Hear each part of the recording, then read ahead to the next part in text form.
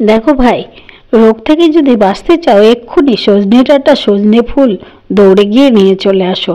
এই আমি যেমন নিয়ে চলে এসেছি। সজনে ডাঁটা নিয়ে এসেছি, আবার কেটে ছোট ছোট করে টুকরো করে নিচ্ছি, আর একটু ছুরি দিয়ে দিয়ে ওর ছালগুলোকে তুলে নেব।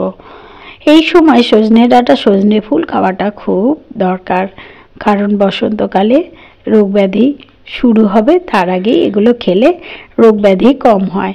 আর আমি আলু নিয়ে নিয়েছিলাম, ছোট ছোট আলু ছুলে দু আধখানা করে নিয়েছি। বড় আলু হলে লম্বা লম্বা করে কেটে নিলে সুবিধা হবে। আচ্ছা, আর নিয়ে নিয়েছি মশলার জন্য বড় 1 চামচ জিরে, সাদা জিরে, আর 2 কোয়া মতন আদা বেটে নিচ্ছি। আর এরপরে বেটে নেব বেশ 5-6টা কাঁচা লঙ্কা। বাটা মশলা রান্নাটা অসাধারণ লাগে, তবে সবার তো এই সুবিধা নাও থাকে।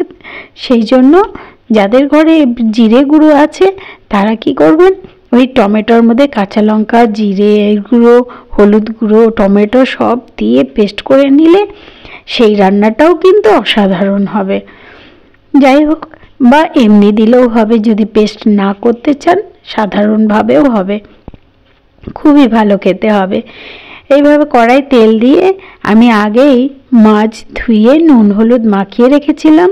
এই যে বন্ধুরা, মাছ ভাজার সময় কড়া বসিয়ে কিন্তু কড়াটাকে খুব ভালো করে তেতে নিতে হবে, কারণ তারপরে তেল দিতে হবে, তাহলে কড়াই একটুকু মাছ লেগে যাবে না। দেখুন, একটুকু মাছ লেগে নেই। এইভাবে করলে একদম মাছ সুন্দরভাবে ভাজা হয়ে যাবে। কড়াই ওই মাছ ভাজার তেলেই দিয়ে দিলাম জিরে ফোড়ন, আর আলুগুলোকে তুলে দিলাম।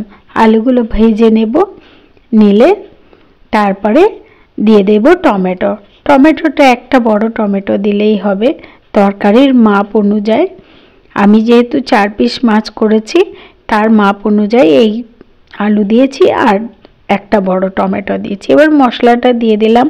মশলাটা কষিয়ে নিয়ে তারপরে এবার দিয়ে দিতে হবে নুন আর হলুদ। এবার এর জন্য আমি দিয়ে দেব 1.5 চামচ মতো নুন আর 1/2 চামচের থেকে একটু বেশি হলুদ।